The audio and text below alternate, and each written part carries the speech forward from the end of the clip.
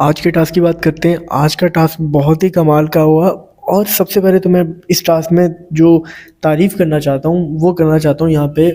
भाई साहब जिस तरह से परफॉर्म किया यहाँ पे जिमी ने लिटरली इस टास्क में डोमिनेट किया है and I think single handedly वहाँ पे जिमी ने परफॉर्म किया और शुभांगी परफॉर्म ही नहीं कर पाई।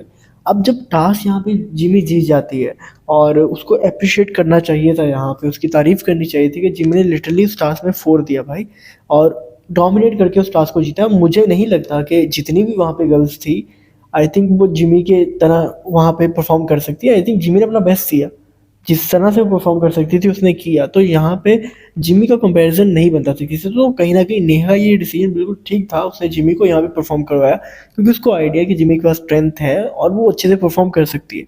अब यहाँ पे यशवी का ये इशू था कि आप मुझे मौका दो, यहाँ पे उसने यहाँ से रिया से ये बात की। अब जिमी पे भी यही चीज़ें आ रही थी क्योंकि जो दोनों वहाँ पे बाकी नेहा की टीम में थी उन्होंने भी ये इशू किया कि तुम हमें परफॉर्म करने का मौका नहीं मिल रही नेहा। और नेहा से यही था कि तुम परफॉर्म क्यों नहीं करने दे रही। उन्होंने नेहा को बोला और नेहा ने कहा जिस तरह से जिमी परफॉर्म कर सकती है क्या तुम दोनों उस तरह परफॉर्म कर सकते हो। और वहाँ पे दोनों ने कहा कि हाँ हमें मौका मिलता तो हम इससे अच्छा परफॉर्म करते। एंड आई थिंक मुझे नहीं लगता कि दोनों को मौका भी मिलता तो ये वैसा परफॉर्म कर पाते, क्योंकि दिखता है कि भाई जिमी में ज़्यादा स्ट्रेंथ है। बट एक चीज़ उनकी भी थोड़ी ठीक है कि नेहा यहाँ पे बाकियों को मौका ही नहीं दे रही इस टास्क में। आई थिंक एक अच्छा डिसीजन था नेहा का जो लाजमी था।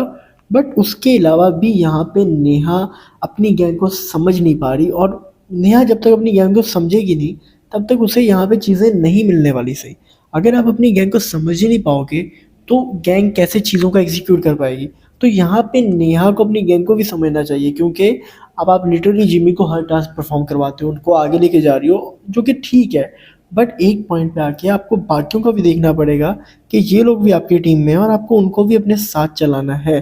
तो नेहा को ये सोचना यहाँ पे लाजमी है कि अपनी टीम को कैसे लेके जाना है, क्योंकि आप जिमी को बचा रही हो बट जब आपकी गैंग आपके खुद के खिलाफ हो जाएगी तो आप वहाँ पे कैसे जीत पाओगे। क्योंकि अभी हर्ष को भी आप उस तरह से मौका नहीं दे रही, हर्ष को भी आपने साइडलाइन कर दी एक तरह से, क्योंकि आपको लगता है कि भाई हर्ष उतना परफॉर्म नहीं कर पाएगा। आप टोटली यहाँ पे जिमी पे डिपेंड कर रही हो, जो कि अच्छी बात है, जिमी अच्छी परफॉर्मर है। बट कभी किसी पॉइंट पे आके आपको उन सब की ज़रूरत पड़ने वाली है, आपकी गैंग में सब लोग हैं, आपको उनको यूज़ करना पड़ेगा। तो यहाँ पे टोटली एक ही बंदे पे डिपेंड करना और बाकियों को मौका ना देना, ये मुझे नहीं लगता कि कोई अकल वाली बात है। तो यहाँ पे सोचने की तो ज़रूरत है नेहा को कि अगर अपनी टीम को जिताना है तो अपनी गैंग से जाके डिस्कस करें और उनको बताएं सिचुएशन के हिसाब से मैं परफॉर्म करवाया करूँगी। बाकी आप